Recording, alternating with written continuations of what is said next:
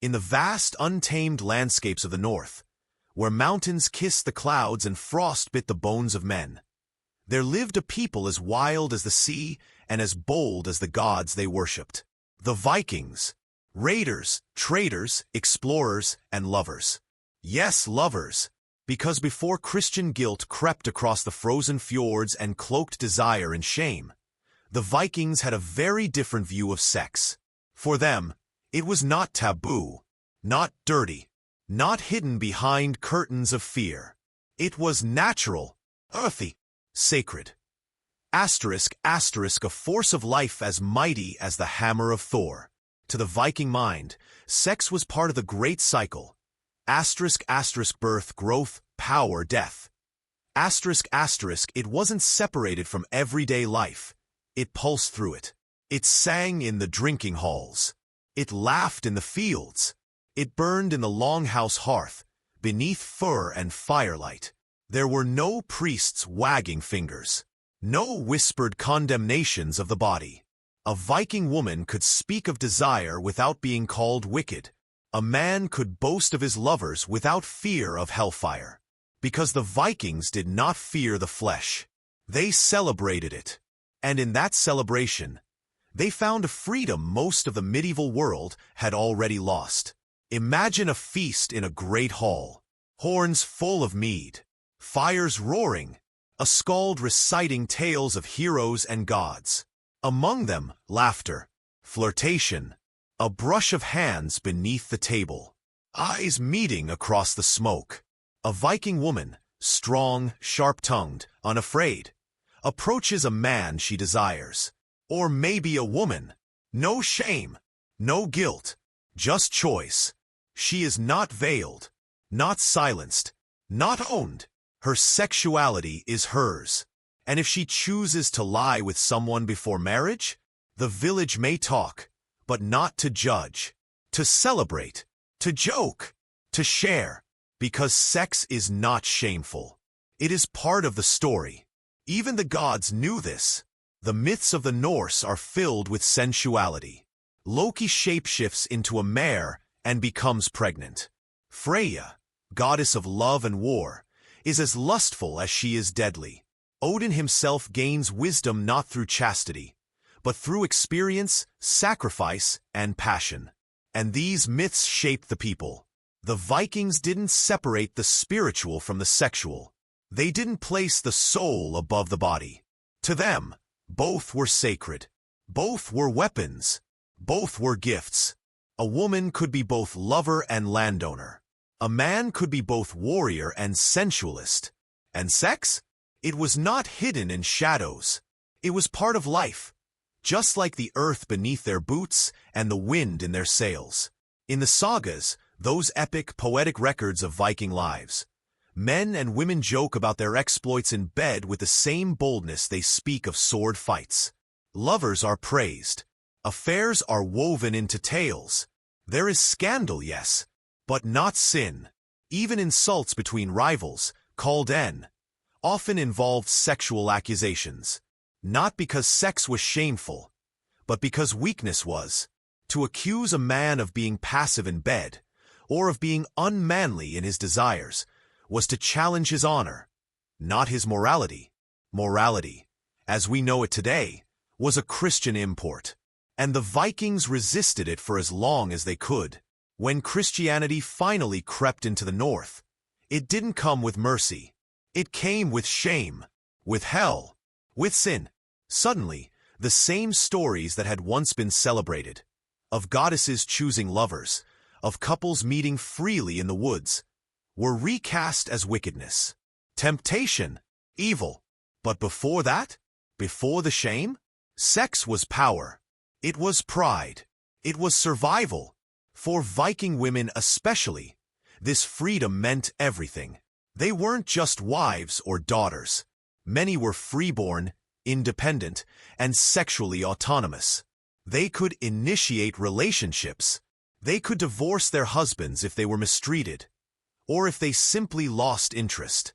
No permission needed from the church, because the church had no hold over them. In some regions, Women could take lovers before marriage without being labeled dishonored. They were seen as strong, sensual, desirable, not broken. And in a world where marriages were often arranged for land and alliances, love and passion were forged in stolen nights, not wedding vows. Still, not every encounter was equal. There were brutalities too. Slavery was real. Not all unions were consensual. Some women were taken. Some men dominated through violence, not charm. Viking culture had its darkness, its roughness. But even then, the act itself was not seen as sin. The question was not morality, but status, power, honor. And in that raw reality, the Vikings created a culture where shame had no home. There are records of women speaking openly in court about their lovers, of men boasting about mistresses during legal disputes. These weren't hidden secrets. They were facts of life. Sex was used in curses, in poetry, in politics, but never with the twisted guilt that would later dominate Europe under Christian rule. That came later, with monks and missionaries and the weight of sin pressing down on every desire. But the old ways? They remembered joy. They remembered freedom. They remembered that sex could be fun, funny, healing, wild. And maybe that's what we've forgotten. In a world now steeped in centuries of shame and silence, the Vikings offer us a different story. One where a woman can speak of desire without disgrace. One where the body is not a prison, but a temple. One where love, lust, and life are all part of the same song. They remind us that sex, real, human, messy, magnificent sex, was never meant to be hidden. It was meant to be lived, celebrated, honored, because at its best, it is the fire that warms, the spark that creates, the rhythm that joins us to the earth and to each other.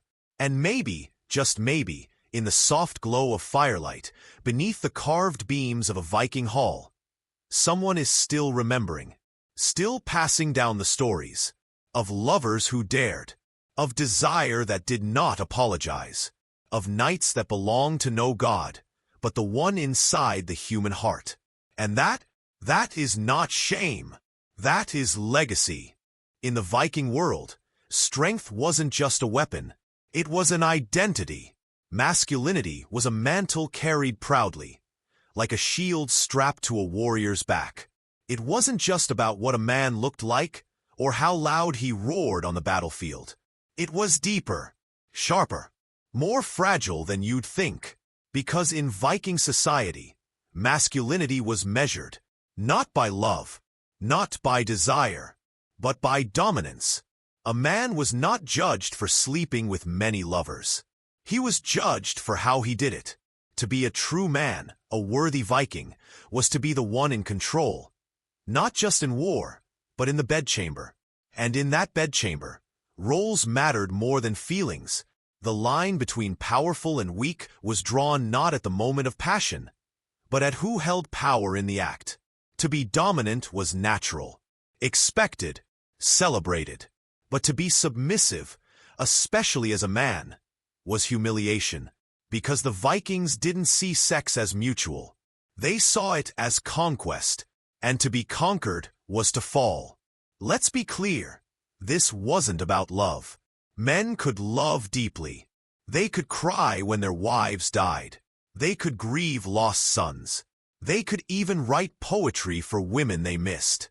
But in the world of Viking manhood, being the passive partner in a sexual encounter, especially with another man, was unthinkable. It stripped a man of his honor. It turned him from warrior to weakling. He wasn't just mocked. He was marked. In Viking culture, a man accused of playing the woman's role in bed could be challenged to a duel. His name could be erased. His enemies could label him urgy, an Old Norse term that didn't just mean unmanly. It meant cowardly, soft, shameful. In a culture built around pride and power, that insult was a wound worse than any blade. Because Viking masculinity was a performance, a constant display of courage, control, and dominance. In battle, in leadership, in sex.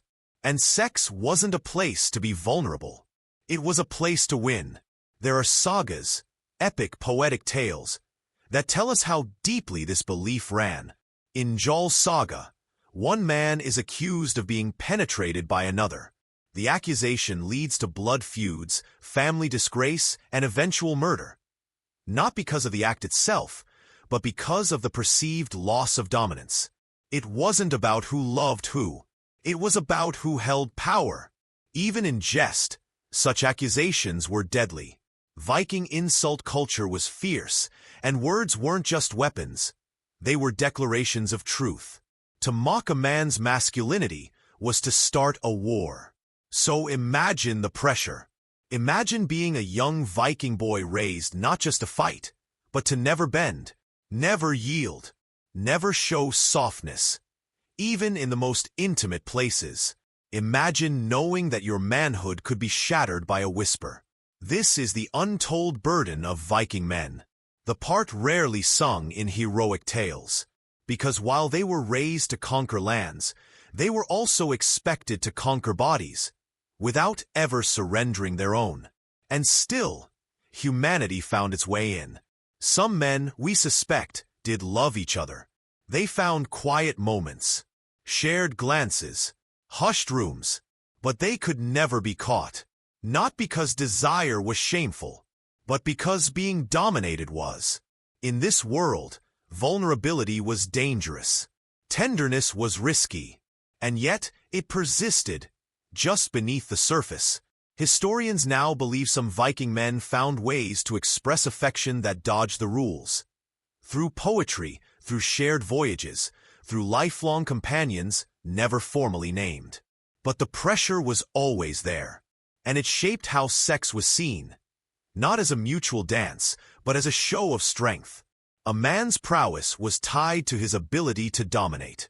The more women he had, the more children he fathered, the more legends he collected, the more masculine he became.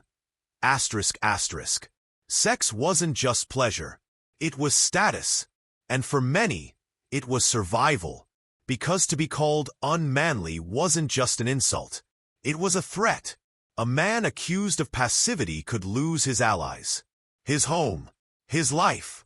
He could be challenged in court, killed in ritual duel, or simply erased from the saga altogether. This harsh line between dominance and submission shaped every part of Viking sexual identity. It told men how to behave, told them who they could be, told them what they could never become. And for women, it meant that they, too, lived under the shadow of this structure. Because a woman who dared to dominate, sexually, verbally, physically, risked being seen as unnatural, which like a threat to the natural order. The balance was strict, and stepping outside of it, whether as man or woman, was dangerous. But not everyone obeyed. Some broke the rules quietly, some loudly. Some, like Freydis Eriksdottir, daughter of Eric the Red, defied every expectation of what a woman should be. Fighting in battle while pregnant, wielding weapons, choosing lovers without apology. She was mocked by some, feared by others. But she lived on in legend, because even in the rigid system of Viking gender, there were cracks. And through those cracks, real human connection tried to grow. Because for all the rules about dominance, there were still glances. There were still nights by the fire, where lovers touched each other not out of conquest, but comfort. There were still stories told by grandfathers about the one woman who made their heart ache, or the man they would have died to protect. And maybe, just maybe, in those quiet spaces, the Vikings remembered that strength doesn't always mean control. That true masculinity isn't about power over someone, but power with someone. And maybe that's what they feared most. Because if dominance wasn't required, if control could give way to connection, then the whole performance would collapse. And in that collapse, a different kind of man might rise. One who could lead and yield, fight and feel, take and receive.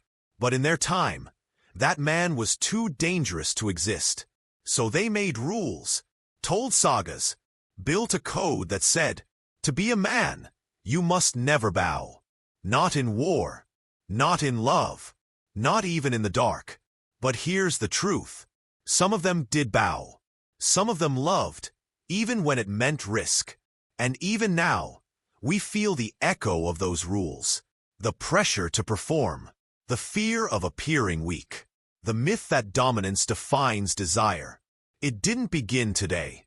It began long ago, in the icy halls of the North, where men were told that to yield was to fall. But maybe, the strongest thing a Viking could have done wasn't to conquer land or bed another with pride.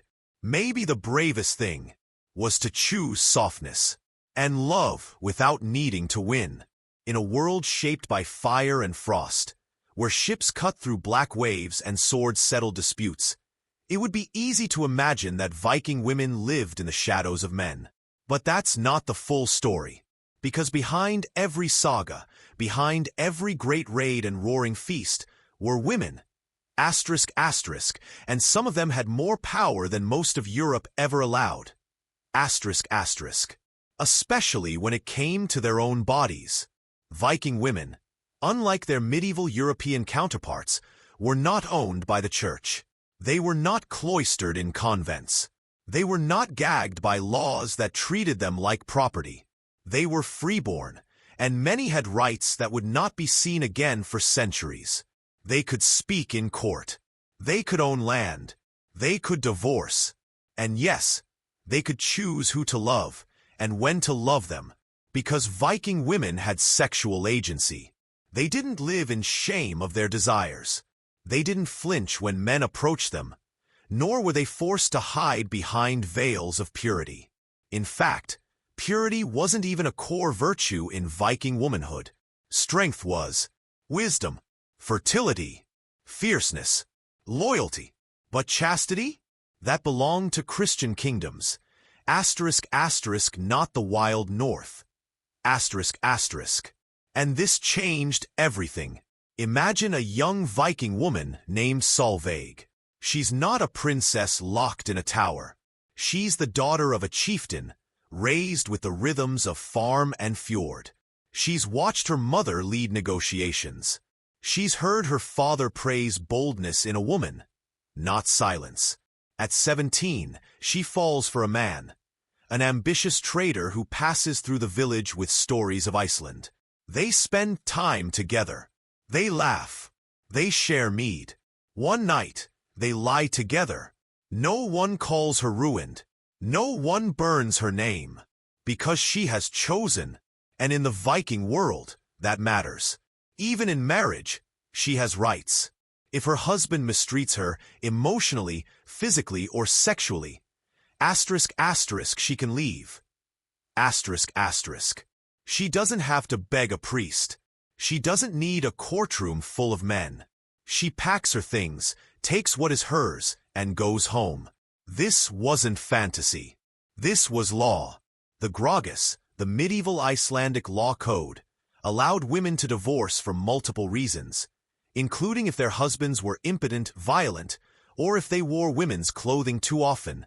Yes, that's in the text. But deeper than the legal rights was the cultural expectation that women could and should make choices. They weren't just passive prizes for men to win. They were people with desire, and sometimes authority. A wife of a powerful jarl could influence who her daughters married. A woman might initiate a relationship that ended in marriage, or not. Not all unions were political. Some were personal, passionate, fleeting. And in the sagas, this complexity is written clearly. We see women propositioning men, women setting conditions for lovers, women insulting men who failed to perform in bed. These stories aren't framed as scandal. They're told with wit, with admiration. One woman in the Laxdæla saga, Gernasvar's daughter, marries 4 times and chooses every husband. She weaves love and ambition together like thread through a loom. And when her heart is broken, She speaks her grief without shame. She is not punished for desire. She is remembered. These weren't the fragile maidens of later European romance. These were women of fire, and the fire extended to their beds. Sex for them was not just duty. It could be joy. It could be power. It could be a decision. And while arranged marriages still happened, especially among noble families, consent still mattered. In many Icelandic sagas, a marriage without the woman's consent is seen as doomed, fated for tragedy. The gods do not bless what is forced. So Viking culture, though rough and warrior-driven, honored choice in unexpected ways. Even beyond marriage, Viking women weren't cloistered in shame about their bodies. They bathed regularly in hot springs. They wore jewelry, even under their clothes. They used herbs to enhance fertility and pleasure. Some archaeological evidence suggests the use of carved figurines or symbols believed to enhance sexual energy. And when women gathered alone, during weaving, during ritual, during feast preparations, they talked. They shared stories. They passed down knowledge of love, of seduction, of protection. This was not taboo. It was tradition. And sometimes, the lines blurred between the physical and the mystical. In Norse mythology, goddesses like Freya are open in their desire. She is a lover of many. She is also a warrior, a queen of death, a seeress. Freya is not diminished by her sexuality. She is defined by it. She owns it, uses it, honors it. And Viking women, especially those who practiced seer Norse magic, understood that sexuality was not something to hide. It was something to wield. Some women became spiritual leaders, combining sexual knowledge with ritual power. They weren't witches in the burning sense. They were respected, feared, called upon for blessings, fertility, protection in childbirth. Sex and spirit were intertwined. And while men could use magic, they risked being mocked for it. Seer was seen as feminine because it involved surrender, sensitivity, the things a Viking man feared being accused of. But for women, it was a throne. Of course, this freedom had limits. A woman of low status had fewer choices than a noblewoman. A slave woman, known as a thrall, had almost none. Sexual exploitation existed. Abuse happened. Power dynamics were real and brutal. But compared to the rest of medieval Europe, free Viking women had more sexual autonomy than almost any other women of their time. And that legacy matters. Because in a world that so often paints ancient women as voiceless, sexless, or stained by shame, Viking culture gives us a different story. It shows us women who chose, who desired, who left when they were mistreated, who laughed about lovers over ale, who raised sons and claimed lovers without apology. It reminds us that sexual agency isn't a modern idea. It is ancient. It is primal. It is human. And Viking women, those fierce, frost-kissed souls, lived it with boldness. Their stories weren't written in holy books. They were carved into sagas, whispered around fires, passed from mother to daughter like a sacred flame. And today, as we reclaim the stories of women long erased or distorted, the Viking woman stands tall, not silent, not ashamed, not owned, but sovereign, and still whispering through the bones of the North. My body is mine. My bed is mine. My story is not yours to shame. When we imagine the Vikings, we often think of roaring warriors and icy seas. But beneath the fur-lined cloaks and brutal battles, Viking society held a surprising truth. They didn't fear sex. They didn't run from it. And unlike the guilt-ridden cultures that came after them, they didn't see premarital sex as a sin to hide or a stain to scrub away. For the Vikings, sex before marriage wasn't shameful. It was expected, normal, human. Before vows were spoken before families or gods, love and desire had already danced between skin and firelight. People didn't need a ceremony to touch each other, to explore, to share breath under the northern stars. This wasn't rebellion. This was culture. And it tells us something crucial. The Vikings trusted the body. In the open wilds of Scandinavia, where survival depended on strength and clarity, there was no room for shame. There was no cloistered priest wagging his finger, no church preaching abstinence from a golden pulpit. The earth didn't judge, and neither did they. Young men and women met at seasonal gatherings, at all things, festivals, shipbuilding sites, or feasts. They danced, drank, sang poems, and often, they shared beds before they ever shared rings. There were even traditions for it. In Icelandic culture, betrothal periods allowed couples to test compatibility before making things formal. If the match didn't feel right, either could walk away. No disgrace, no punishment. Because the Vikings knew something modern society often forgets. Desire is not always tied to permanence. Sometimes it teaches.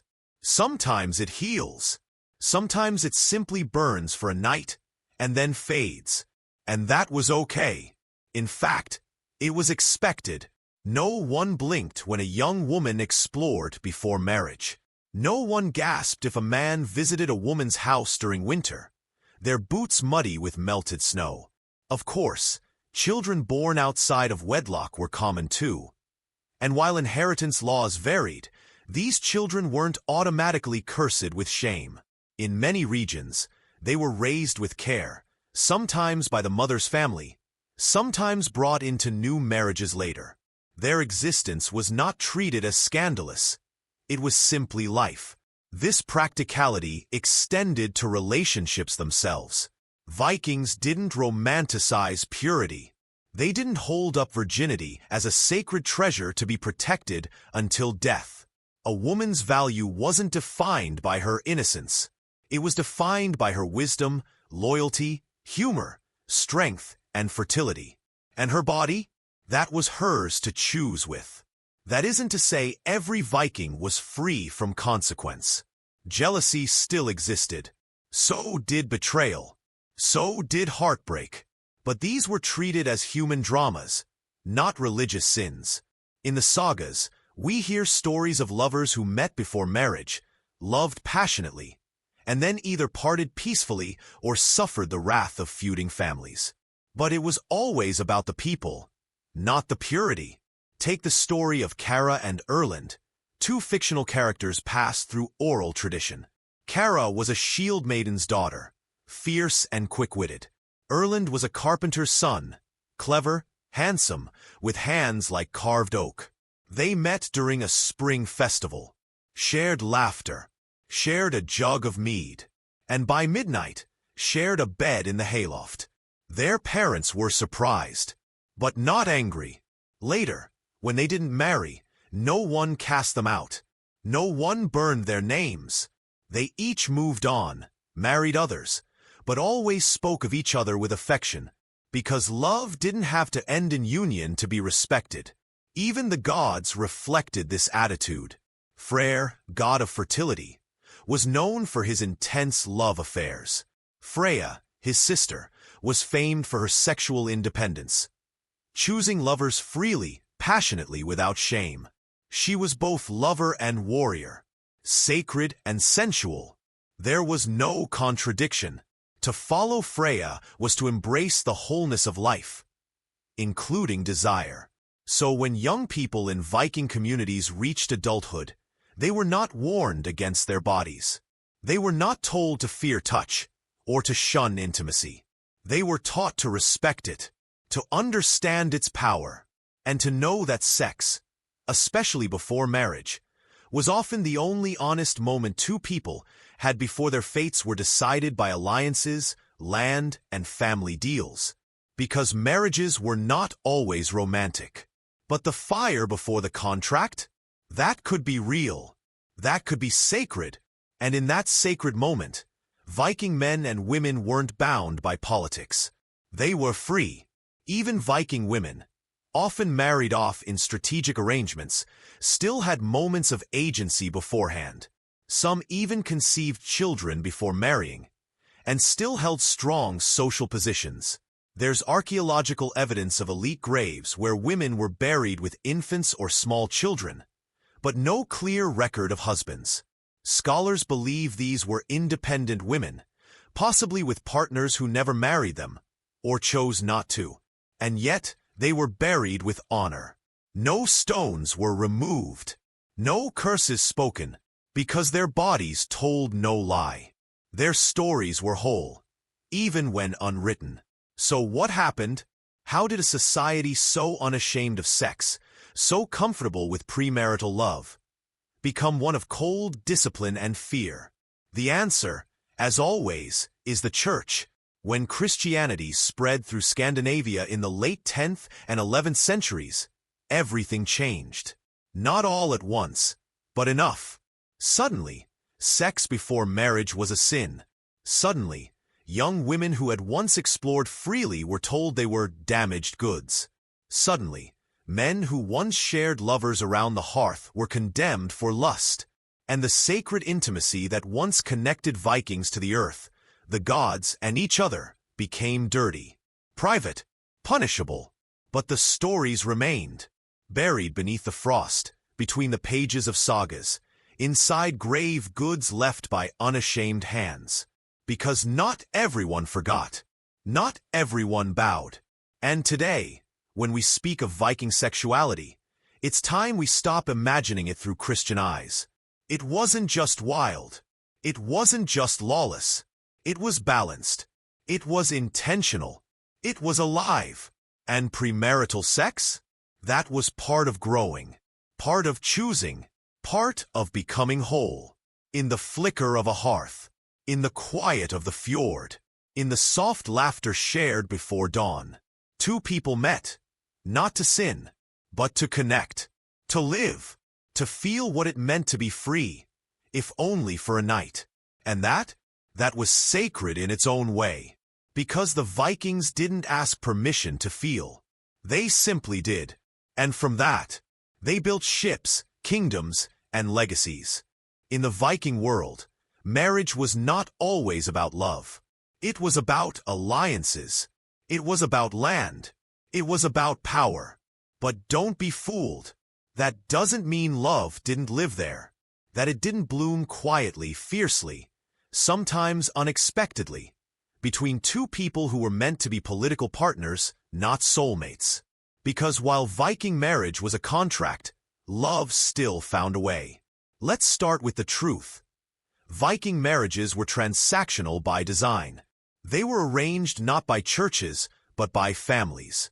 Fathers and uncles negotiated them like they might negotiate a trade route or a shipbuilding deal. A daughter was often the bridge between clans. Her hand, her dowry, her womb, they were all part of the bargaining table. And yet, she was not voiceless. Unlike many women in Christian medieval Europe, Viking women had the right to accept or refuse a proposal. And many did. It wasn't a fairy tale, but it wasn't slavery either, because a marriage, though arranged, was not sealed until both parties agreed. And in that sliver of choice, a whole world could unfold. Imagine this. A man named Rurik, son of a landowning family, is promised to Thora, a strong-willed weaver from a nearby village. Their families need the alliance. There's tension with a rival clan, and marriage will bring peace. At first, there's no spark. No songs, just awkward glances and formal dinners. But one evening, Thora notices how Rurik speaks gently to her younger brother. Rurik, in turn, sees how fiercely she defends her servants when a local priest insults them. Over time, something begins to flicker. Not passion, but respect. And respect becomes curiosity. Curiosity becomes warmth. Warmth, shared beside the hearth, becomes love. And so, what began as a contract becomes a bond. Not every Viking marriage followed this path, but many did, because Vikings were practical. But they were also human. They believed that love could be forged like a blade, through fire, through pressure, through patience. In fact, some Viking sagas speak of marriages that begin cold and end warm. Not the other way around. Because they knew love doesn't always strike like lightning. Sometimes it builds like snow falling on stone, soft, silent, until one day the world is blanketed in it. Still, the contract mattered. A Viking marriage was a legal agreement, binding two families together. There were witnesses, gifts exchanged, dowries negotiated. The woman usually brought land, livestock, or silver. The man often offered security, status, or warriors. Once married, the woman moved into the man's longhouse, but she didn't disappear. In fact, she often ran the household, managed the farm, controlled the food stores and the keys. She had power, and if that power was respected by her husband, love had space to grow. But if it wasn't, she could leave. Divorce in Viking society was not taboo. If a man was abusive, neglectful, or simply failed to fulfill his end of the marriage, a woman could walk away, sometimes just by declaring it in front of witnesses. She took her dowry back. She took her dignity. And sometimes she took the children too. This freedom, this agency, meant that a woman wasn't forced to stay unloved.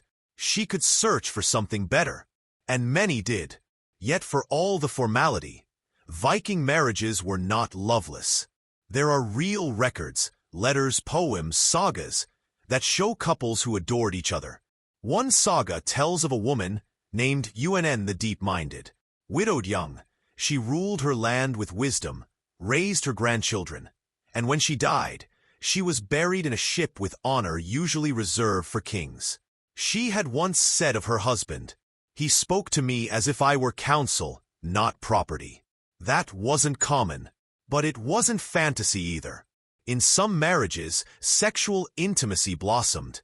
Even in arranged unions, passion was allowed, encouraged, even. The Vikings were not shy about sex. They didn't believe in separating love from the physical. They didn't punish affection between spouses.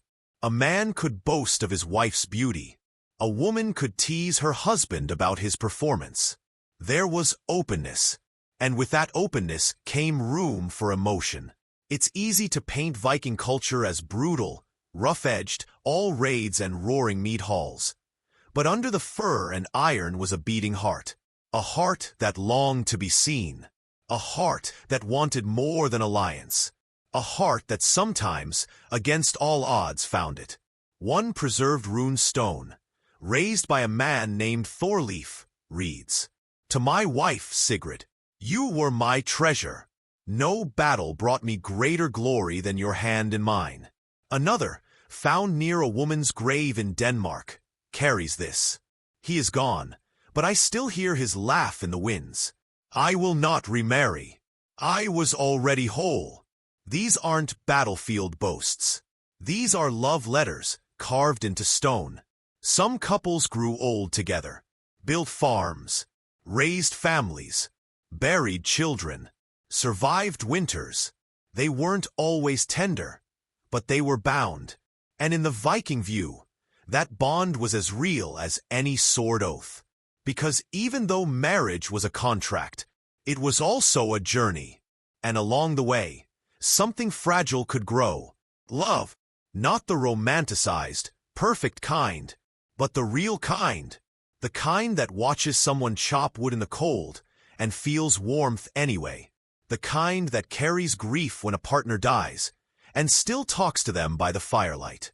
The kind that doesn't begin in fireworks, but ends in legacy. So yes, Viking marriage was a contract, but it was also a chance. A chance for respect. A chance for partnership.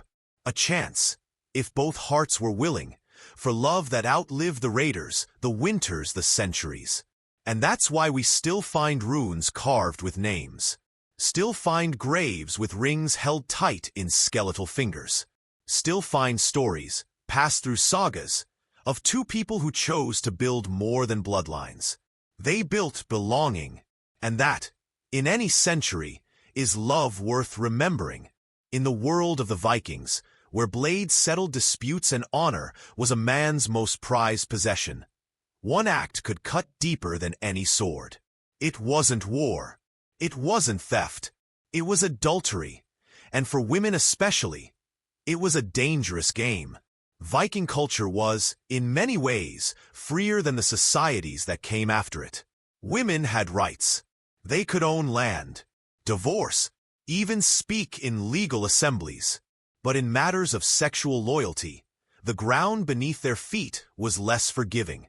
Because while Viking men might boast about lovers, mistresses, even maidens from across the seas, a woman's desire had limits. And if she stepped beyond them, the price could be her freedom or her life. Let's step into a Viking village, nestled along a cold fjord. The people live close together. Longhouses share walls. Privacy is rare. Eyes are always watching.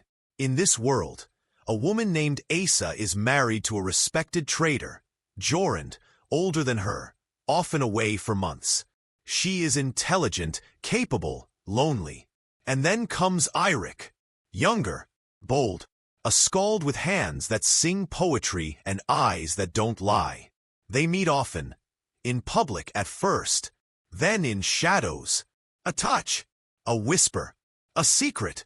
But secrets don't last long in Viking villages. And when the whispers reach Jorund, he doesn't weep. He doesn't beg. He summons witnesses. Because in Viking law, adultery was not just a betrayal, it was a crime. For women, it was personal. It meant dishonor. It meant legal punishment. It meant humiliation. Jorund could demand divorce, and Asa would lose her dowry, her property, her name. If he chose violence, the law might look the other way. In some sagas, men kill their wives for infidelity and face no penalty. Why? Because their honor had been wounded, and honor, in Viking society, was worth more than silver. But it wasn't just the law that punished women. It was the community. A woman who strayed, whether once or repeatedly, was marked. Her voice, once strong in council, might be ignored. She could be mocked in public, laughed at during feast songs. Children might stop playing at her doorstep, because Viking society, for all its freedoms, was built on reputation. And a woman who defied that balance, even for love, did so at great cost. Men, of course, were treated differently. A husband might take a lover, especially a thrall or slave, and it would be noted but rarely punished. His wife might grumble, but unless he brought shame to the family, he remained untouched by legal fire. Because Viking masculinity wasn't threatened by conquest. It was threatened by submission. And since sex was seen through the lens of power, a man taking a lover was seen as reinforcing his dominance. A woman taking a lover?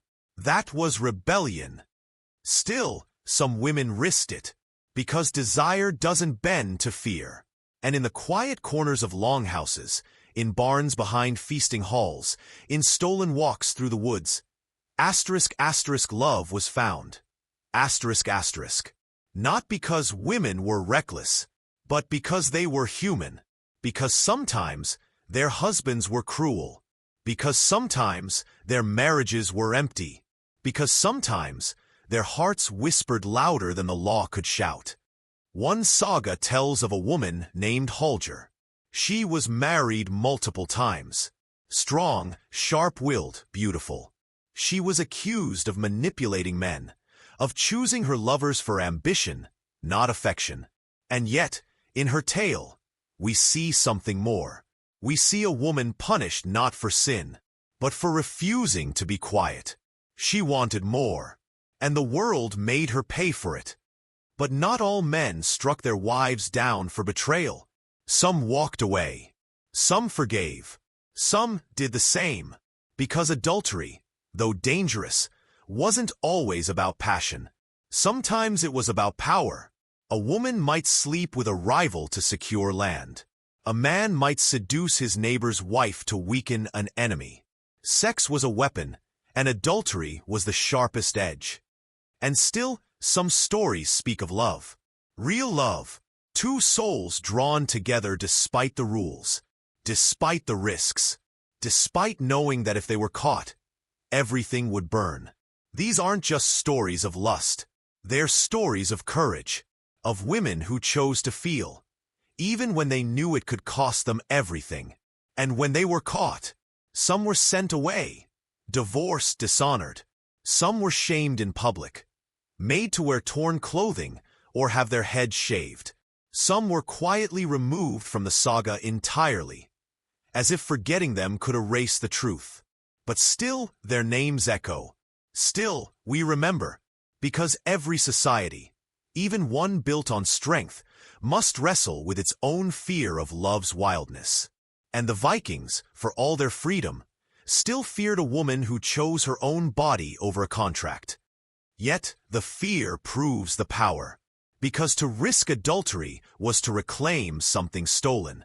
It was to say, I am not property. I am not prize. I am still alive in here. And I want. Not all women were punished. Some were forgiven. Some escaped. Some ran with their lovers and built new lives in distant settlements. A few even found peace. But for many, adultery was a wound that never healed. Not because of guilt, but because of what they lost. Their names, their land, their children, their place at the feast, and all for a few moments of truth, where their hearts were louder than their fear. So, was adultery wrong? In Viking eyes, it was betrayal, not of God, but of oath. Oaths mattered more than morals. To betray a spouse was to break a vow, and broken vows shattered reputation, like ships on rock. But underneath the laws and punishments and harsh judgments, there was a quieter story. A story of humanity, of aching, of courage, of women who chose to feel, even when they weren't allowed to. And in that, there is something eternal, because even today, we understand the risk of love that defies the rules. We know what it feels like to burn in secret, to want what the world says we cannot have, to reach for a hand that doesn't wear the ring, but wears your heart. That feeling? It's ancient, and in the frostbitten halls of the Viking North, it cost women everything. But it also proves something. That love, real love, doesn't care for laws. It only knows itself, and that makes it dangerous, but also divine. In the Viking world, not all battles were fought with axes. Some began with words. But these weren't just drunken jests or tavern taunts. No, when a Viking spoke ill of another man's masculinity, especially his sexual honor, it could spark blood feuds, legal duels, and even death. Because in a culture where reputation was everything, a single sexual insult could destroy a man's legacy faster than any sword ever could. Imagine this. You're a man in a Viking settlement. You've earned your keep, raided foreign coasts, tilled your land, fathered children. Your name means something. Then, at the feast one winter night, over mead and flickering fire, a rival says, "You lie beneath your slaves like a woman." The hall falls silent. The insult may sound strange to modern ears, but to the Vikings, it's a declaration of war. Because what he just said wasn't about sex. It was about power. In Viking society, masculinity was a performance of dominance. A man was expected to control his house, his land, his body, and those who entered his bed. To accuse a man of being the passive one in sex, especially with another man or a slave, was to say he had yielded, he had submitted. And submission, for a Viking man, was a fate worse than death. So that insult, just a few well-chosen words, carried the weight of total ruin. It wasn't gossip. It was an attack, and it had consequences. The Old Norse word for this was en. It meant shame, dishonor, a stain on one's soul. To call someone a ninger was to say they were unmanly, cowardly, weak, perverse. And if you implied sexual passivity, that they had been dominated, taken like a woman, that was lethal. Because now, the man you insulted had two choices. 1. Challenge you to a duel, prove his honor in combat. 2. Let it stand, and live the rest of his days with his name in ashes. Few chose silence, because in Viking culture, reputation lived longer than flesh. Your name would be sung, or spat, for generations, and even the dead carried their honor into the afterlife. To go down in history as a ninger? Unthinkable. These insults were often hurled in verses, clever poems filled with coded slander.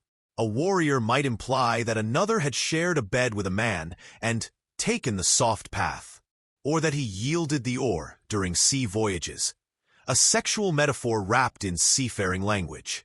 These poems weren't mere wordplay. They were weapons. The law even recognized them. If a man accused another of sexual submission in public, without proof, the insulted party could demand compensation in silver or blood.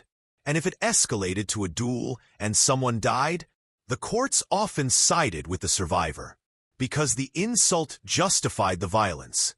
But what made these insults so dangerous? They weren't about sex itself. They were about power. A man could boast about sleeping with many women, even with other men's wives, and be admired for his virility. But to be on the receiving end of sex? To be the one taken? That violated the code, because Viking masculinity was built on the myth of invincibility. To be penetrated, even in rumor, was to be broken. It challenged the entire structure of Viking manhood: control, domination, unshakable pride. And so, words were policed more than acts.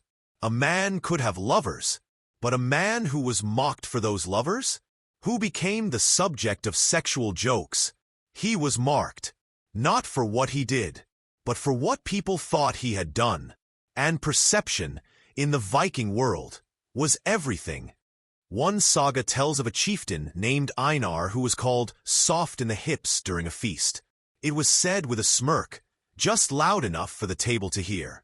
The next morning, Einar challenged the speaker to a holmgang, a formal duel on a small island. The man bled to death before midday. The insult died with him, but so did a piece of the community, because every word has a cost, especially when it strikes the soul. Even beyond insults, men feared implication. In poetry, gestures, dreams, even metaphors, anything that questioned a man's sexual power was dangerous. Men could not afford to be called asterisk, the mare instead of the stallion, asterisk, soft at sea, asterisk, split like firewood. These weren't poetic flourishes. They were death sentences. And yet, some challenged the code. Some men wrote these verses anyway, used words like arrows striking from shadows. Some used poetry to expose the hidden truths of rivals, turning the tide of politics, war, and marriage. Because in Viking society, words were spells, and to master them was to wield a weapon even sharper than steel. So when a man accused another of shameful behavior, he wasn't just mocking him.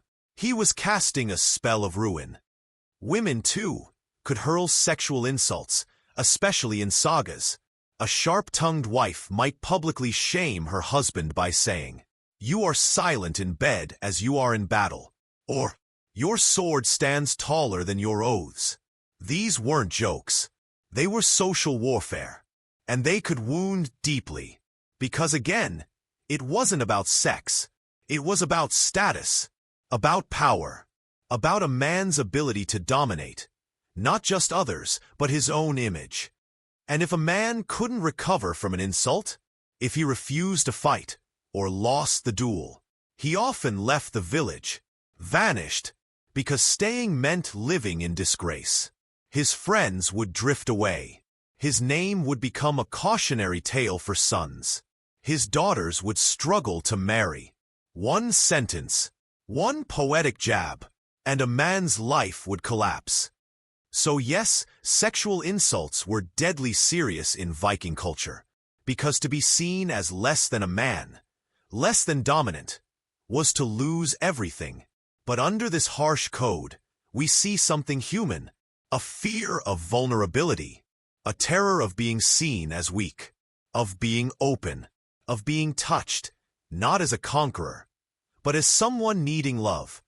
And maybe that's why these insults mattered so much, because deep down, even the strongest Viking feared the parts of himself he couldn't control, the parts that longed to surrender, to feel, to need.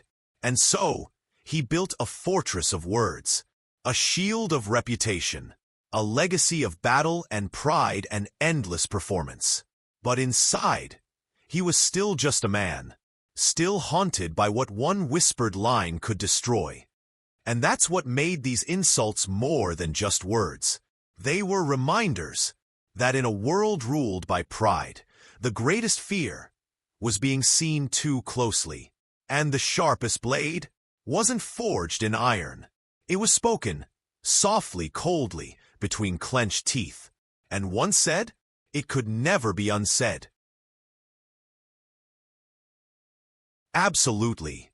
Here is your immersive, emotional, and voiceover-ready 3,000-word script for ####crossswords.8. Same-sex relations had complicated views. In a land ruled by steel and saga, where honor shaped every breath and a man's reputation meant more than his life, desire didn't always follow the rules.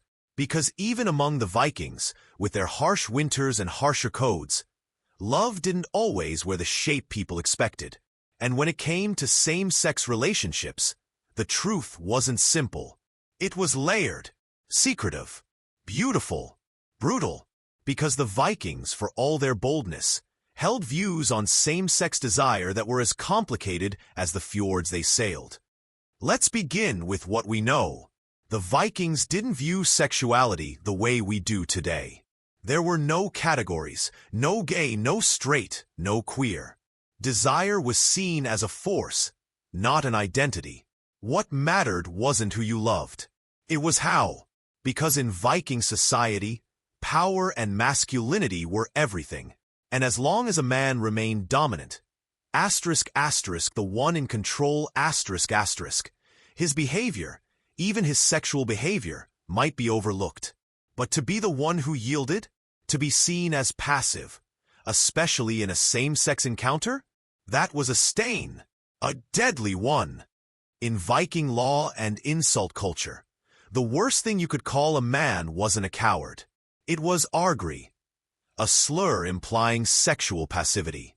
It meant you were soft, effeminate, that you had been used like a woman. This wasn't about desire. It was about power. To be penetrated was to be dominated. And to be dominated was to be unmanly. Men who took the dominant role in same-sex relations, particularly with slaves or lower-class individuals, might not be punished. But the ones who were accused of being passive, they faced humiliation, isolation, even death. There's a story in the sagas of a man named Broder. No one proved he had ever slept with another man, but a rival accused him publicly of being soft at sea, a thinly veiled sexual insult. Within days, Broder challenged the man to a holmgang, a duel. One was dead before the week ended, because in Viking society, a reputation destroyed by shame could only be cleaned by blood. Still, same-sex desire existed. It always has, always will. But in the Viking world, it was pushed into silence, coded in poetry, hidden in the spaces between battle and brotherhood. Sometimes, it was confused for foster brotherhood, a sacred bond between two men raised together, sworn in loyalty. But every so often, that loyalty became something more. And when it did, it had to be hidden. Imagine two young warriors. Let's call them Eirik and Sten. Raised together since childhood, they fight beside each other in raids, laugh at the same jokes, share furs on winter nights in distant lands. One night, something changes. A hand lingers. A gaze holds too long. And for a moment, the harshness of their world falls away. But come morning, the danger returns. Not from swords, from words. If anyone speaks of what they saw, if a rival whispers that Eirik was the woman in the bed, he's ruined. So they pretend, stay silent, hide the softness behind shields, because same-sex love, when it existed among men, was a secret covered in armor. And yet, the sagas leave hints. In Grettir's saga, a character named Orir is said to have lain closely with Grettir on many occasions. In Jarl's saga, the deep affection between Jarl and Gunnar is so intense, some scholars believe it reflected something beyond friendship. But the texts don't say it outright. They couldn't, because by the time many of these sagas were written down, Christianity had tightened its grip, and the old stories were sanitized. But in the spaces between words, we still hear the truth. What about women? That's where things get even more mysterious. There are almost no legal codes from Viking law that punish female same-sex relations. No runestones condemning it. No saga stories of women slain for loving each other. Why?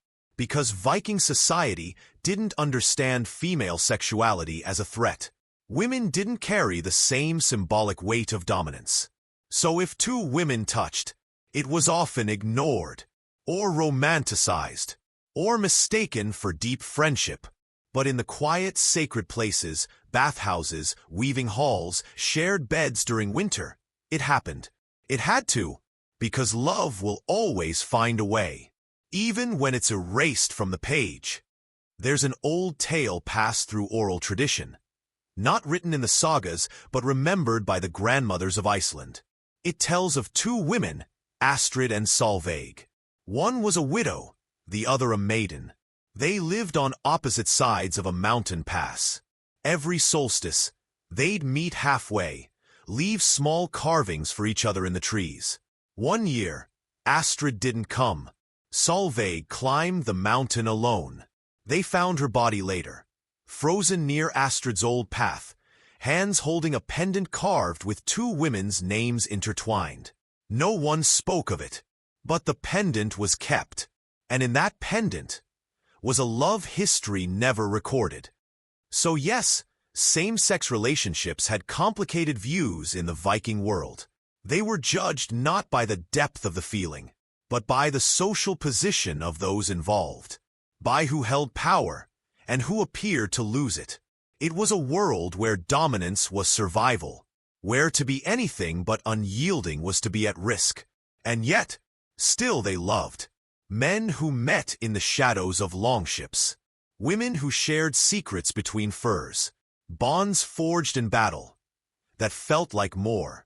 Because no matter how harsh the rules, how cruel the consequences, love kept happening. Even today, scholars still search the sagas for hints, coded phrases, ambiguous relationships, poems of longing that don't name a gender. And every time we find one, we bring light to a truth Viking culture tried to hide. That not all warriors loved women. That not all shield maidens waited for husbands. That desire wears many faces, and it always has. And maybe that's the lesson. That even in a world built on strength and pride and legacy, the heart remained wild. And even if the law punished, the gods stayed silent. Because love, in its purest form, doesn't beg for approval. It just is. It glows quietly in the dark, in frost-covered longhouses, in empty corners of sagas, in stories carved too faint for the church to notice. But we notice now, and we remember, that Viking love was many things, fierce, flawed, forbidden. But it was never only one thing. And hidden in that truth is freedom. In the old world of the Norse, where gods walked beside mortals and wind whispered the names of ancestors. Asterisk, asterisk, the body was never just flesh. Asterisk, asterisk. It was a vessel, a tool, a battlefield, a temple, and nowhere was that more true than in matters of fertility and sex. Because for the Vikings, to make life, to stir desire, to awaken the spirit of creation, was not just a natural act. It was a spiritual one, and sometimes it was magic. The Vikings lived in a world charged with energy. Rain didn't just fall. It was the sky weeping. Thunder wasn't noise. It was Thor's hammer. And childbirth, that was a rite of passage between life and death. Fertility and virility weren't private affairs. They were watched by gods, celebrated in feasts, feared in drought, honored in stone. Men who fathered many children were said to have the favor of Freyr. Women who bled and birthed and survived were seen as blessed by Freya. These weren't minor deities. They were at the center of everything. Freyr, god of kingship, peace, and fertility, was honored with statues carved from sacred wood. Often shown with an erect phallus, he was not a god of shame, but of growth. His image was carried into fields before planting, into bedrooms on wedding nights, into the minds of couples hoping to conceive. To honor Freyr was to say, "Let the world grow through me." And Freya, his sister, was no less powerful, goddess of love, war, and sensuality. Freya taught that pleasure was not weakness. Her lovers were many, her choices hers alone, and in her hands, magic and sexuality were one and the same. Because for Viking women, especially those trained in seer, the sexual body was not sinful. It was sacred. Seer was the Old Norse word for sorcery.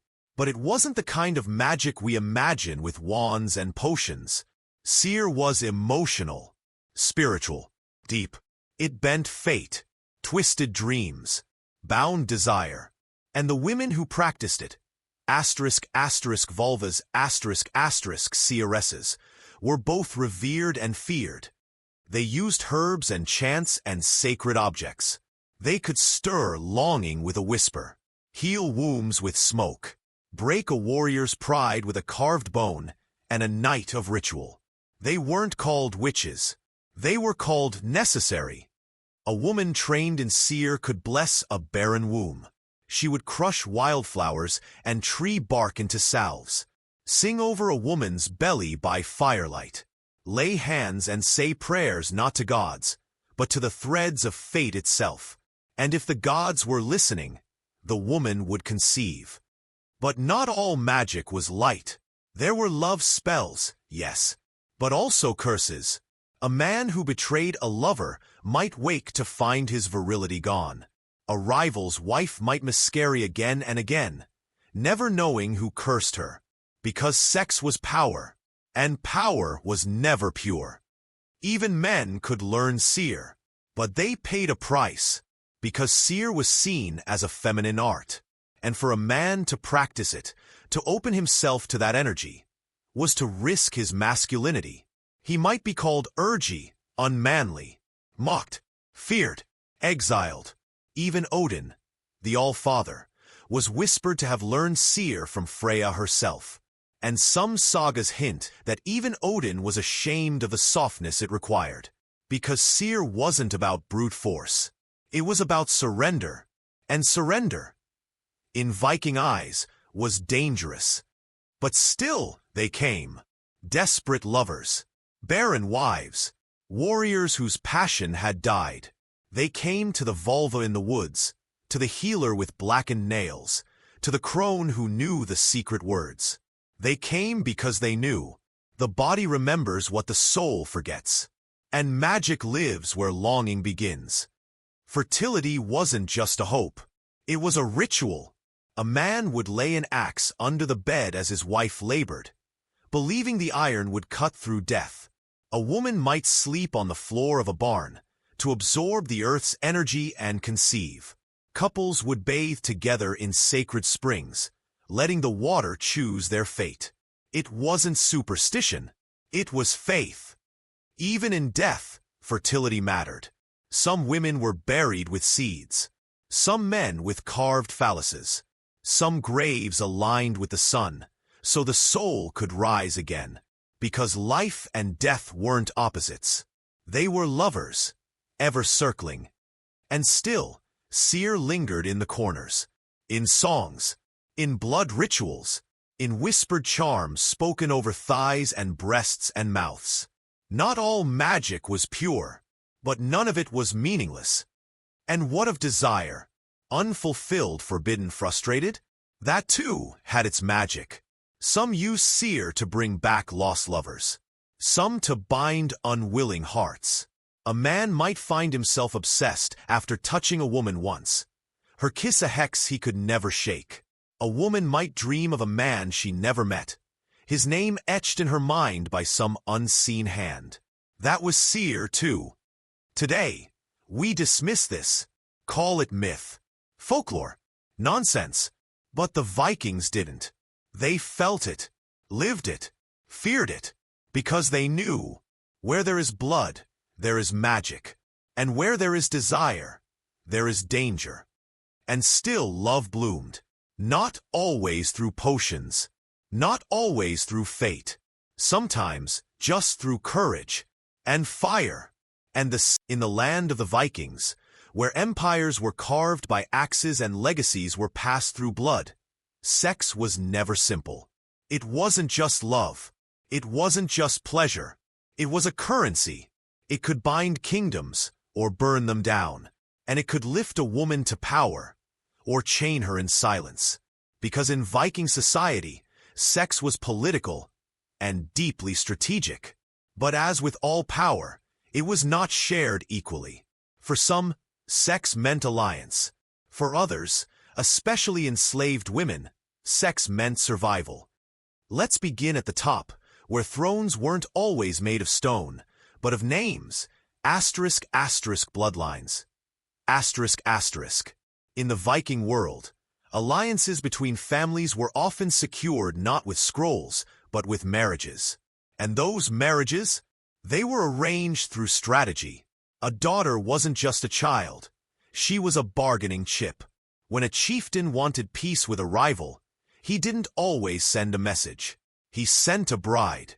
Her body became the treaty. Her children became the guarantee. And her bed became the new border between war and peace.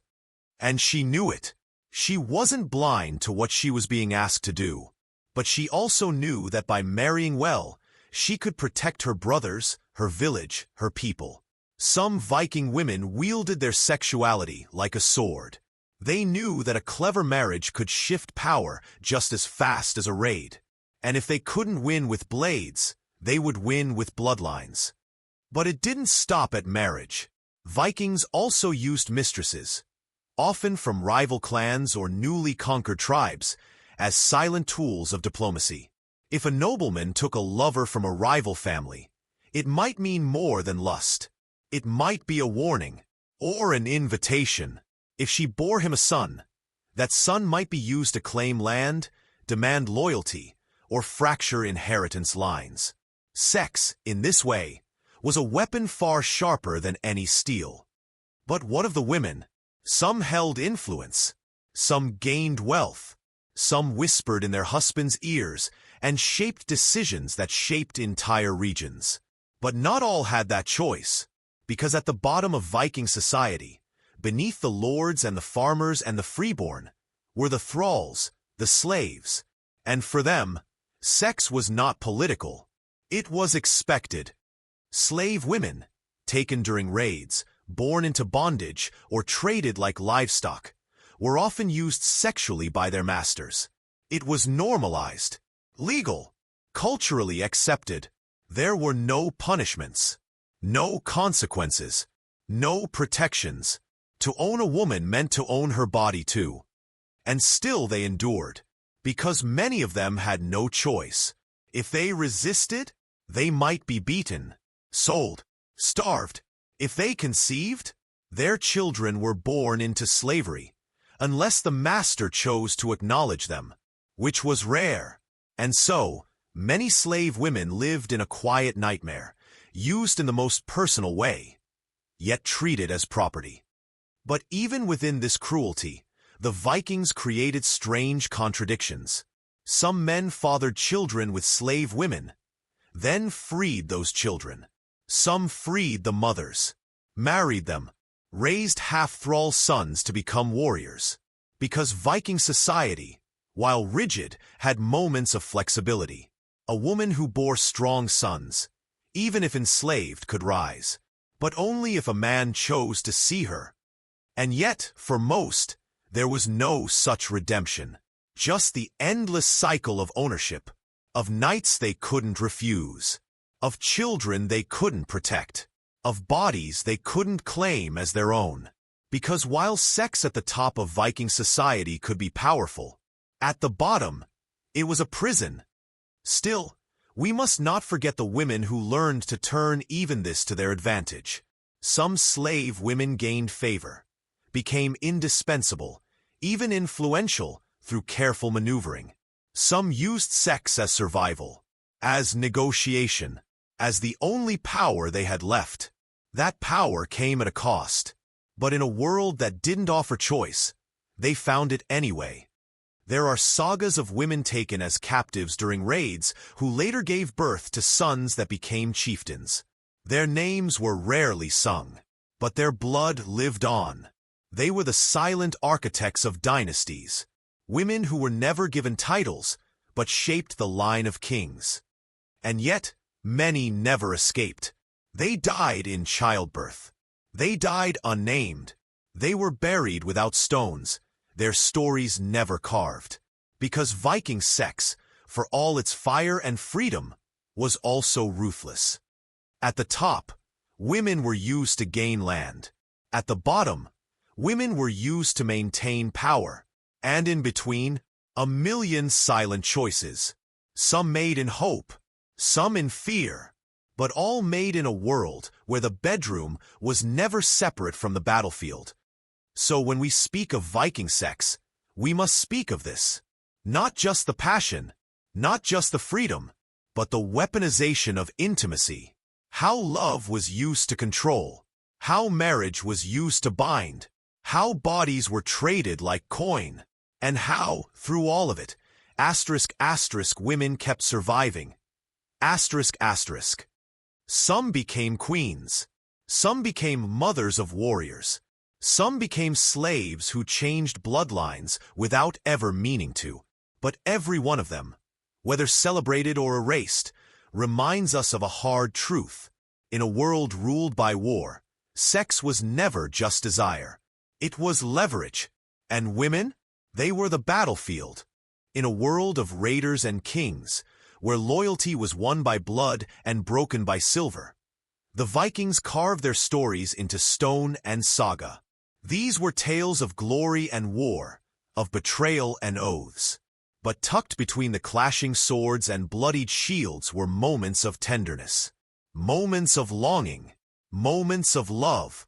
Because even in a culture where strength ruled and power defined a man, the Vikings knew passion. They knew love that waited by the firelight. They knew hearts that ached across oceans.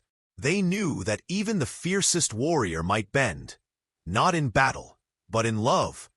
The sagas, their epic, poetic records, weren't just filled with violence. They were filled with humanity. They told of marriages built not on politics, but on affection. They told of women who chose their partners with boldness. They told of men who wrote poetry, not to boast, but to remember the woman they had once kissed before war. In Laxdæla saga, the love triangle between Gurn, Kjartan, and Bali is more than scandal. It's a story of longing, of pride, of choosing wrongly and mourning forever. Gurn is not a passive maiden. She loves deeply, and when she loses, she grieves openly. Her heartbreak is not hidden. It's honored. Because the Vikings didn't shy away from pain. They sang it. They believed that love could inspire warriors to return home. That desire could bind souls across death. That passion, real passion, could live longer than legacy. But they also knew the other side of love, the sharp side, the dangerous side, because in a culture built on honor, sex was not always a blessing. Sometimes it was a blade, and when wielded wrong, it could humiliate, destroy, or even kill. The Vikings were deeply protective of reputation. A man could boast of victories, of lovers, of sons, but if someone turned that power against him, if they used sex to question his strength, that was war. Sexual insults were among the most serious crimes in Viking society. To say a man had been used like a woman wasn't just teasing, it was social execution. It questioned his dominance, his manhood, his place in the world. And for Viking men, who built their identity on control, that was the deepest wound of all. In Lokasena, the god Loki insults every deity at a feast, and when he wants to cut the deepest, he accuses them of sexual weakness. He mocks Odin for practicing seer, a feminine form of magic. He accuses goddesses of sleeping with brothers, of lusting in shadows. Each line of poetry is a dagger, and each one lands with blood, because even gods weren't safe from the shame sex could bring. Among mortals, it was worse. In the sagas, a man once insulted for being soft at sea, a veiled sexual slur, immediately challenges his accuser to a duel. He kills him, not because of the act, but because of the suggestion, because in the Viking world, to be seen as submissive was to lose everything. And women? They weren't spared either. A woman labeled as promiscuous, even if she had been used or betrayed, could lose her standing. She might be mocked in poems, avoided in markets, or forced into marriages beneath her. Even love, when twisted by jealousy, could be weaponized. But here lies the paradox of the Vikings. In the same culture that feared the loss of control, love still bloomed. In the fire-warmed rooms of longhouses, in the notes of poems sung across valleys, in the hands held tight before battle. One saga tells of a man who rode for days, through frost and danger, just to place a carved necklace on the grave of the woman he had once loved but never claimed. He died that night, frozen beside her tomb. The villagers called it foolish. The skalds called it beautiful, because the Vikings understood that passion, true, consuming, unbreakable passion, was both their greatest gift and their greatest risk. Love could soften warriors, make men hesitate on the battlefield, tear brothers apart, and yet they still chose it.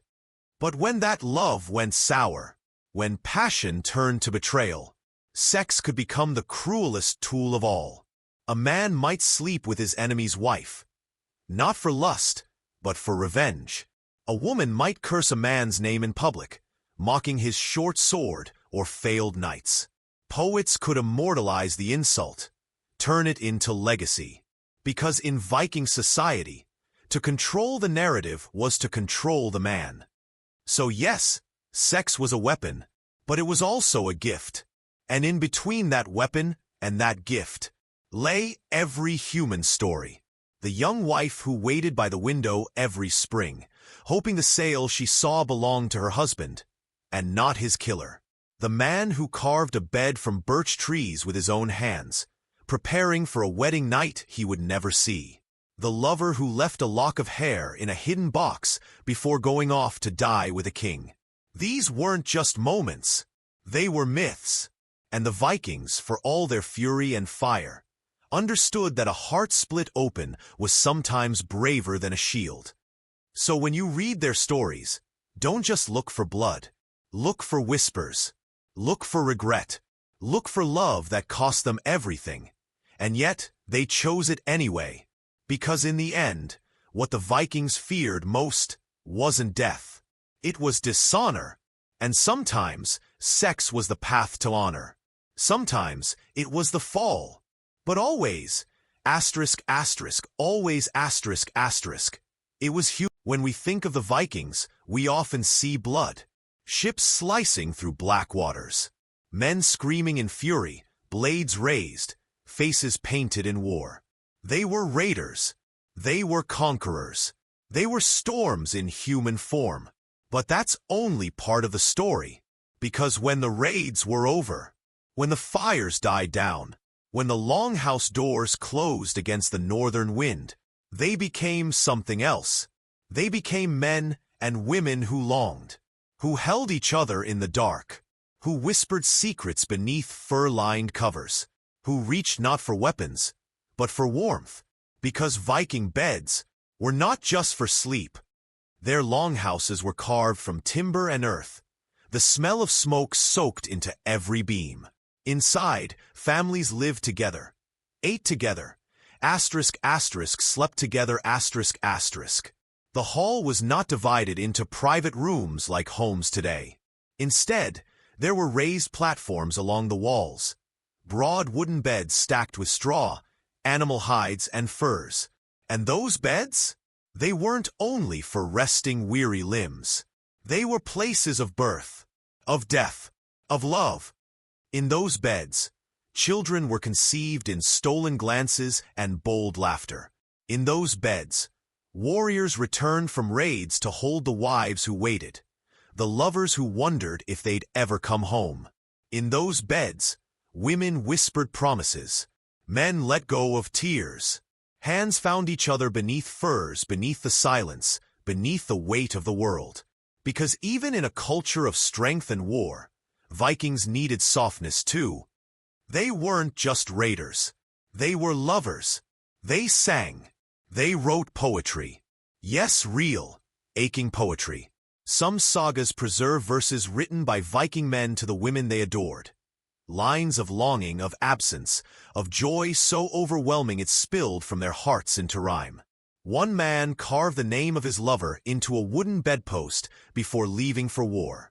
Another wore a braid of her hair in a leather pouch against his chest. These weren't acts of conquest. These were acts of devotion. And Viking women? They weren't passive. They chose. They teased.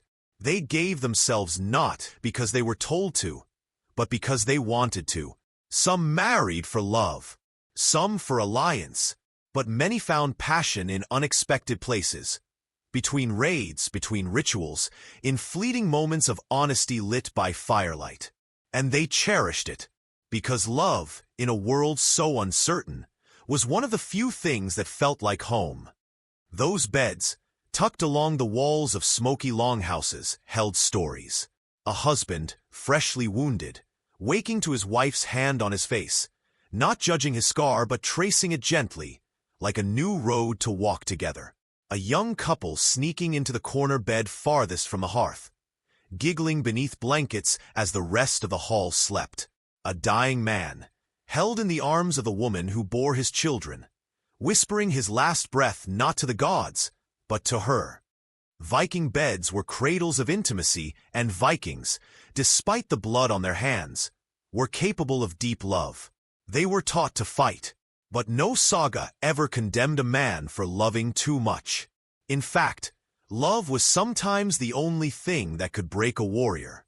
One saga tells of a man who refused to leave his wife's grave. He lay on it for 3 days. He did not eat.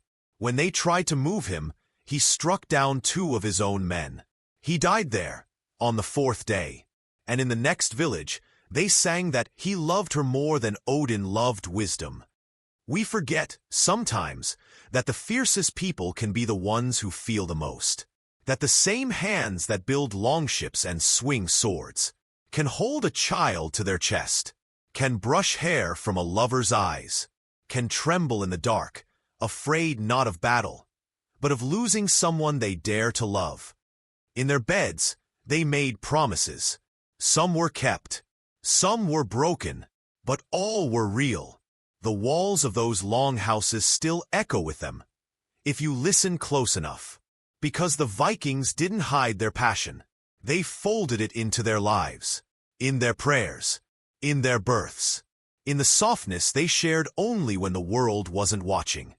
So no, Viking beds were not just for sleep. They were for touching what the sword could not reach. And no, Vikings were not just raiders. They were fathers who wept over newborns, mothers who kissed bloody foreheads clean, lovers who waited winters for a voice at the door. In every saga, between the screams of battle, you'll find something else. The man who left his horse behind because it reminded him of his lost love. The woman who crossed a fjord in a storm, just to say goodbye to the one she let go too soon. The kiss stolen in a barn. The bed shared before dawn. The memory held like gold in the heart of someone who never expected to live through another winter. Because in the end, what made the Vikings great wasn't just their courage. It was their capacity to live fully, to fight, to love, to bleed, to build, to hold someone close at night, knowing tomorrow might bring fire. But tonight, there is warmth. So the next time someone tells you the Vikings were only savages, only raiders, only beasts of war, tell them this: they wrote poems, they whispered names into skin, and when no one else heard, they loved like the world was ending, because sometimes it was. And in that kind of world, love wasn't weakness. It was the bravest thing they ever did. History remembers the Vikings as wild, as beasts of lust and rage, as horned barbarians who pillaged churches and ravished women. But the truth? The truth is quieter, sharper, and far more human, because much of what we think we know about their beds, their bodies, their burning hunger, was not written by them. It was written about them, by their enemies, by the monks they terrified, by the scribes who trembled as Viking sails appeared on the horizon. And those writers had a purpose. They didn't just record history. They rewrote it. After all, how do you conquer a people whose courage you can't match? You don't fight their swords. You tarnish their souls. And so the Christian chroniclers of Europe began crafting a portrait of the Norse as animals, savages, perverts, monsters of lust. They wrote that Viking men raped endlessly, that Viking women were shameless, that their gods were pornographic, that their culture worshipped flesh over faith. But what they never understood, or maybe what they feared the most, was that the Vikings weren't ashamed of sex. And that kind of freedom? It was dangerous. To the Christian mind of the 9th and 10th centuries, pleasure was sin. The body was temptation. Desire was something to be locked in a cell and starved. But the Vikings? They built temples to Freya, goddess of love and lust.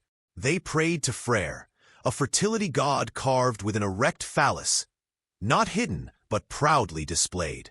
To the Vikings, sex was part of life's rhythm. Like hunger, like sleep, like grief. It wasn't unholy. It was sacred, and the fact that they didn't apologize for it drove their Christian critics mad. So they exaggerated. They turned Viking festivals into orgies. They took stories of open love and painted them as depravity. They erased the nuance and replaced it with noise.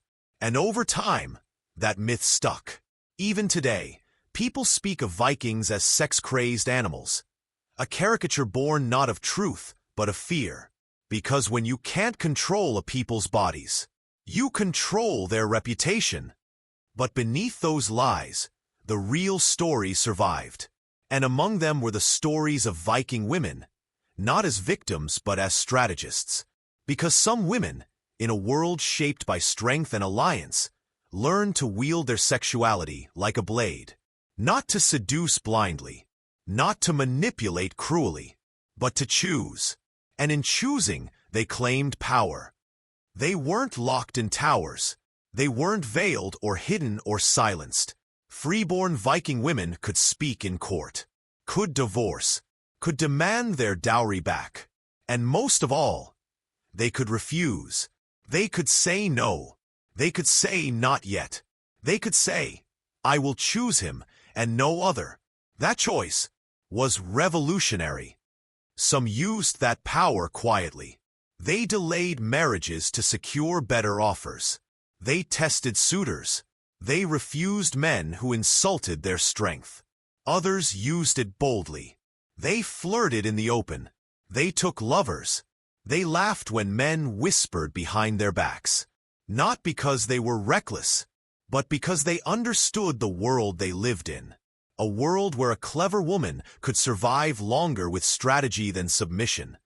Take Gurnosfer's daughter of Laxdæla saga. She married 4 times. Each marriage reshaped her power, her land, her standing. And each time, she chose. When one husband crossed her, she didn't just grieve. She plotted. She struck. She survived. Was she cruel? Maybe. But more than anything, she was in control. And in a world ruled by men, that was her weapon. Or consider Freydis, daughter of Eric the Red. She was no demure maiden. She led voyages. She wielded axes. She claimed land for herself. And though the sagas portray her as wild, possibly even ruthless, they also show her as free. A woman unafraid to demand what she wanted, both in battle and in bed. These women weren't saints. They weren't seductresses. They were human, with flaws, passions, grief, and ambition. And their sexuality was not weakness. It was a tool of survival. And the church hated them for it. Because for all the Christian condemnations of Norse sex, the truth was this: the Vikings had more sexual agency than the Christian world allowed. And that scared people. Scared them enough to lie, to twist, to bury. But what they couldn't bury was the truth carried in blood. That some Viking women rose through choice, not just of husband, but of when to say yes and when to walk away. That some used desire not to surrender, but to stand taller. That in a world of raids and revenge, some of the most powerful choices were not made with swords, but with a glance, a refusal, a night shared, or not shared at all. And those choices changed history. So when you hear the word Viking today, remember, they were not beasts. They were not saints. They were people. Some loved gently. Some wielded sex like strategy. Some lived freely. Some suffered silently. But all of them, every last one, lived in a world where pleasure and power were entwined, where choosing who to love could be an act of war, where the lies told by enemies still echo louder than the truths whispered by the people who actually lived. So let us listen again, not to the chroniclers who feared them, but to the sagas they wrote about themselves. And when we do, we will find not shame, but fire. We will find not filth, but freedom. In the world of the Vikings, where death loomed over every voyage, and war was always just one angry word away, you might think love had no place. That loyalty belonged only to the battlefield, to sword brothers, to kings and causes. But that isn't true, because in the quiet spaces, between raids, between battles, between bursts of rage and roaring feasts, love lived. And not just as lust, not just as desire, but as something sacred, something eternal. The Vikings, for all their blood and fury, believed in romantic loyalty. To them, a partner wasn't just a spouse. They were a lifeline, a sacred bond, a fire that burned through the coldest night. In the sagas, you'll find warriors who die not for gold, but for the ones they love. You'll find women who wait years, sometimes decades, for the return of a man lost to sea or battle. You'll find poems carved into wood, worn smooth by fingers over time. These aren't fantasies. They are legacies, because Vikings valued loyalty, not just in war, but in love.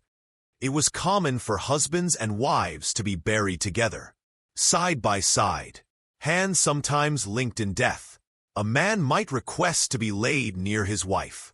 A woman might demand to share her husband's fate. They didn't believe in love until death. They believed in love beyond death. In Viking lore, when warriors fell in battle, they were taken to Valhalla, the hall of the slain. But for women, for lovers, for those who walked between magic and flesh, there was another place, Folkvanger. It was Freya's field, a lush, eternal plain where the brave and the beloved rested. Some say half the warriors chosen by Odin went to Valhalla. The other half went to Freya, to rest, to reunite, to love forever. Sex and love didn't end with death in Norse mythology. They were part of the afterlife. Because the Vikings knew, a man's blade may rust, his bones may break, but the touch of someone who once whispered his name, that was immortal. There's a story, half history, half myth, of two lovers separated by war. He was taken to Valhalla. She, a priestess to Folkvanger. For centuries, their souls wandered, until one midsummer night, the veil lifted, and they saw each other again. He dropped his sword. She dropped her crown, and the gods let them stay, together between realms. Because even the gods knew, sometimes love outlives law. In the mortal world, Viking loyalty and love was tested constantly. Wives waited years for husbands lost at sea. Men returned home to find their wives had grown older, but never remarried. Some men refused new marriages out of grief. And when they died, they were laid to rest with tokens of the one they loved. A braid of hair, a carved comb, a ring once placed on a trembling finger beside a fire. They didn't need fairy tales. They had memory. They had ritual. A grieving widow might walk barefoot to her husband's grave each year on the day of his death. A husband might build a second fire pit beside the main hearth, so that his dead wife's spirit could still feel the warmth. These weren't customs. They were promises. And those promises didn't vanish with age. Old Viking couples, gray-haired and bent, still slept side by side, still shared warmth in longhouse corners, still told the young ones what it meant to choose and keep choosing, even when the face changed, even when the body weakened. Loyalty, to them, wasn't perfection. It was presence. But let us not mistake loyalty for limitation. Vikings were passionate, bold, honest, and when they loved fully. That love didn't fear sex. It embraced it. It was not uncommon for aging lovers to still touch, still desire, still seek comfort in each other's arms. Because for them, sex wasn't something that faded with youth. It was something that deepened. It grew into knowing, into rhythm, into trust. And that trust was everything. So when they passed into the afterlife, the Vikings believed that the soul remembered what the body once knew. In Valhalla, warriors feasted, but they also embraced. In Folkvanger, lovers reunited, not just in spirit, but in skin. The afterlife was not sterile. It was not without passion. It was a continuation. And that is why Viking funerals included not just weapons, but tokens of love, letters, linen, even shared trinkets worn for decades. Because love wasn't something they left behind. It was something they carried forward. So yes, the Vikings were fierce. They were wild. But they were also loyal. Not just to kings and gods, but to each other. To the woman who raised their children. To the man who returned every winter like the tide. To the one whose breath still echoed in their ear long after they were gone. And when they died, they believed they would see them again, not just as spirits, but as whole, as lovers, as home. Because for all their raids, for all their blood, the Vikings believed in something tender. That love is not soft. Love is not weak. Love is the longest war we ever choose to fight. And when we fight for it, again and again. Even death must honor us.